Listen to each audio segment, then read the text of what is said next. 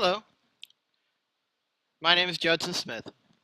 We're here to take a closer look at Pine Log Elementary School's CRCT scores over the last 3 years. From this presentation, we will learn many things about PLES. We will compare PLES scores to those scores of the district and state scores over the last 3 years in grades 3 through 5. We will also look at our school population and see if there have been any major shifts in the diversity of our student population over the last 3 years. We will also break down individual grade results in the areas of language arts, reading, and math for the CRCT. After reviewing this data, we will then discuss the strengths at PLES and, while I do not like to use the term weaknesses, areas that we may be able to build upon and improve the student achievement. Here you will see the total enrollment over the last 3 years. PLES has been pretty steady with its enrollment with 469 students in 2012, 484 students in 2013, and the 2014 enrollment saw a total of 473 students. There has not been really any steady decline or fluctuation in enrollment numbers over the last 3 years. Here is student enrollment by gender for the last 3 years. 2013 saw a slight spike in the number of female students, but overall you will again notice no huge student decline or difference in the number of boys to girls at PLES.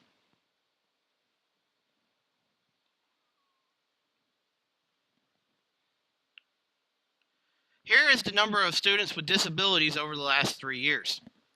You will notice a slight increase in number of students with disabilities over the last 3 years.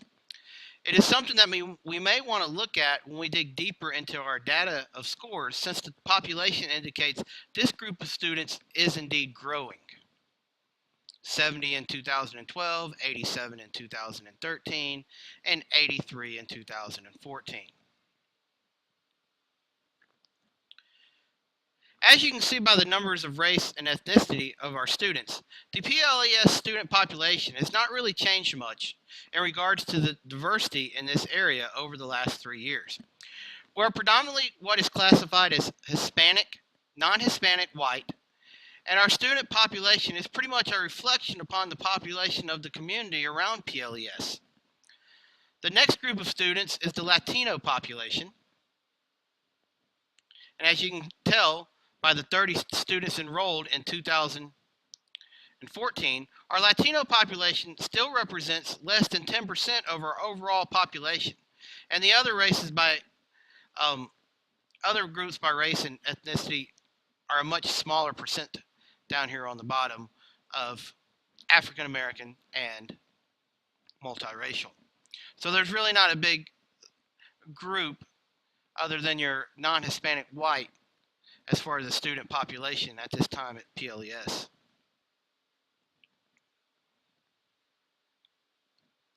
As you can see by the economically disadvantaged chart, a vast majority of our students are listed within this group. 2013 saw a bit of a drop-off in this number, but when speaking with some others, it's possible that the population was not counted correctly due to some parents not filling out the forms correctly for their students or their children, personal children, to be identified as economically disadvantaged. Regardless, all 3 years indicate that at least half of our student population was economically disadvantaged, and in 2 years, 2012, 2014, we were over 60% of our student population in this area being identified as economically disadvantaged. And our last little group we're going to look at here is our ELL students. The ELL population has declined slightly each year. This could be because of many factors, such as the students progressing well in ELL and being dismissed from the program, the students moving on to middle school,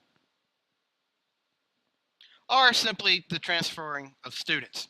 This declining number is something that may need to be monitored in the next few years to see if there's still a decline or if the population might begin to rise back up again as it did in 2012.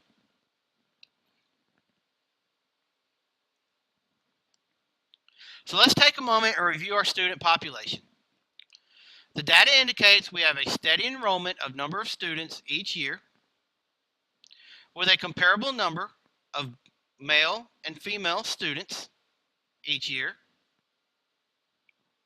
The data indicates we have a predominantly white student population, indicated here by the 91.2, 92%, 91.7%. It also shows that our next largest population is the Latino population at 6.2%, 5.8%, and 6.4%.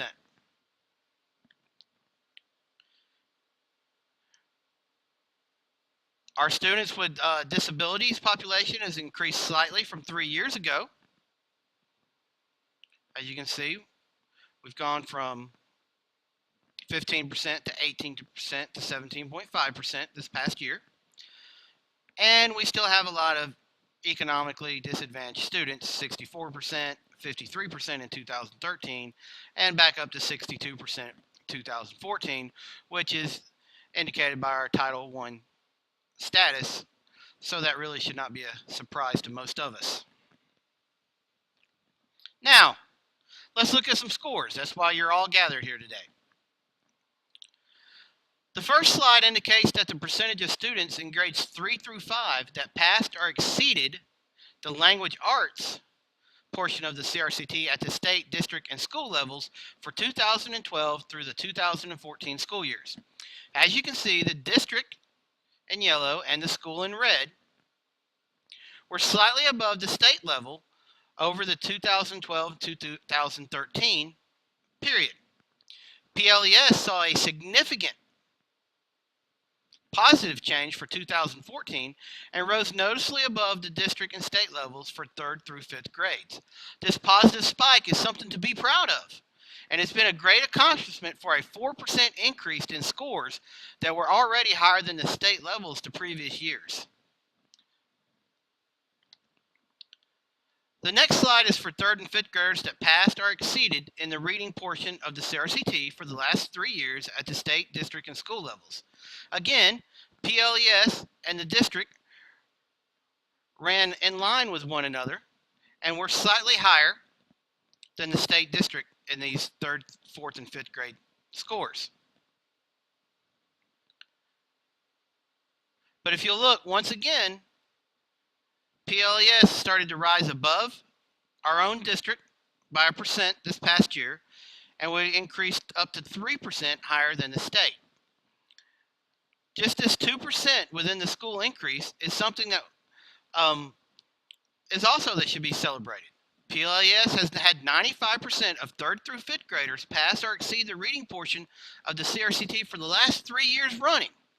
This is a wonderful indication that PLES is on the right track with their reading curriculum and instruction. 3rd through 5th grade math scores are another thing to be celebrated.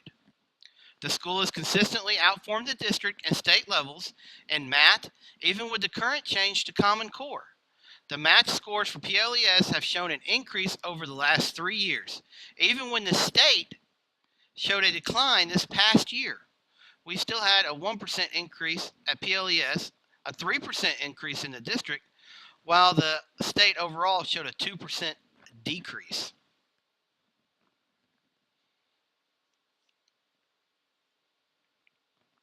Let's take a moment to celebrate our 2014 test scores. Here you can see that PLES as a school scored 90% or above on language arts, reading, and math. PLES also had a score of 97% in both language arts and reading. That's phenomenal.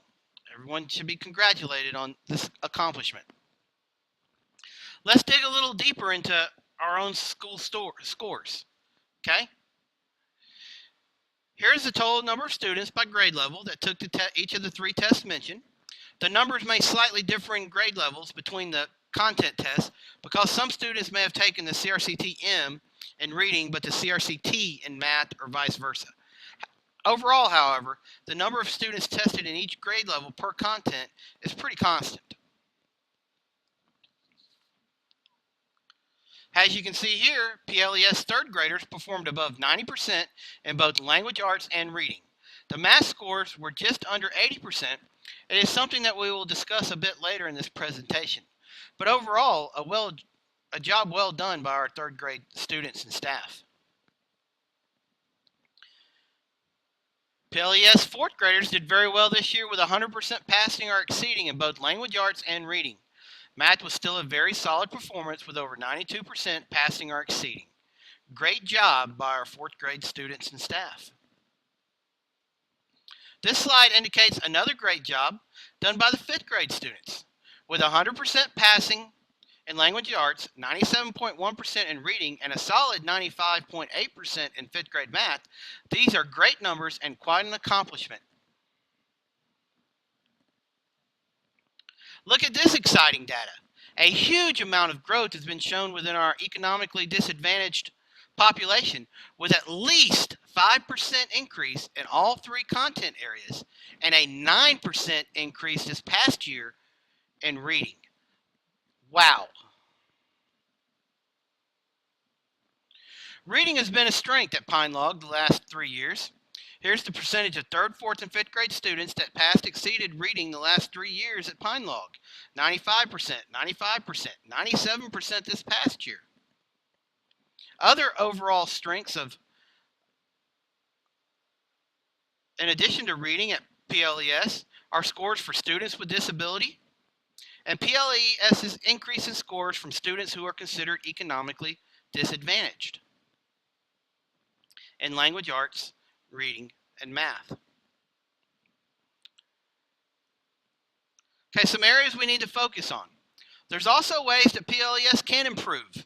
In addition to maintaining their current strengths, again, I dislike the term weaknesses, and these are more than just areas that we need to investigate and see if there's something different we need to do to increase student achievement. The first area is 3rd grade math. As you saw earlier, and see here again, 21% of students did not meet the 3rd grade math CRCT. This could be attributed to many factors, such as standards have changed due to Common Core, and this year it could have made a difference in the gaps that the students have missed over the last couple of years when the Common Core change took place. Or perhaps we need to rethink our strategy and research ways we can improve math in 3rd grade. This is definitely something that needs to be investigated further. Here is 3rd grade math scores compared to 4th and 5th grade scores this year. This gap between 3rd and 4th and 5th grade is part of what needs to be investigated when looking at improving 3rd grade scores. Another area that needs investigating is students with disabilities and the math content. PLES has almost a flat line, as you can see here by the blue. And our progress in this area, and the flat line is something that needs to be reviewed. The overall math scores for the past 3 years have shown an increase, as indicated earlier, but when you break it down to the students with disabilities group, it's not indicating any improvement. The gap is widening for these students with disabilities versus the normal student population. The curriculum and instructional practices in teaching math to this group of students needs to be analyzed, discussed, and research done on possible resources and practices that can be done to help close the gap between students with disabilities and students of other population. So what now? Review these questions and think of any others you may have in regards to what we just discussed.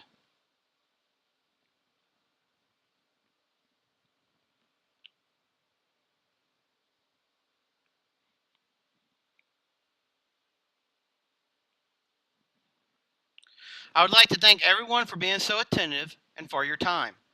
I will now open it up for any questions you have, and I will be available after we are done for any other questions or comments you would like to discuss one-on-one. Thank you.